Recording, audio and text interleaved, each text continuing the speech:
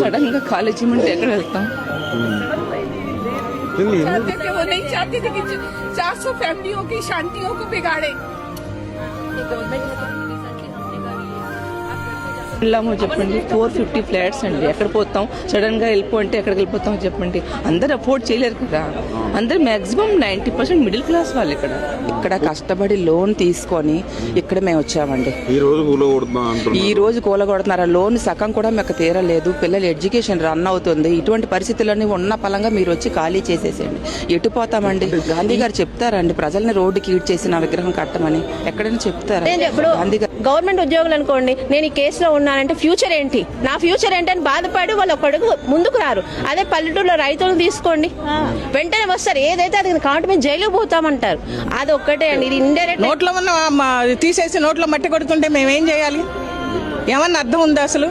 ప్రభుత్వాన్ని పాలించే ప్రభుత్వాధికారులు ఇలా చేస్తే ఇంక మేము ఎవరికి చెప్పుకోవాలి?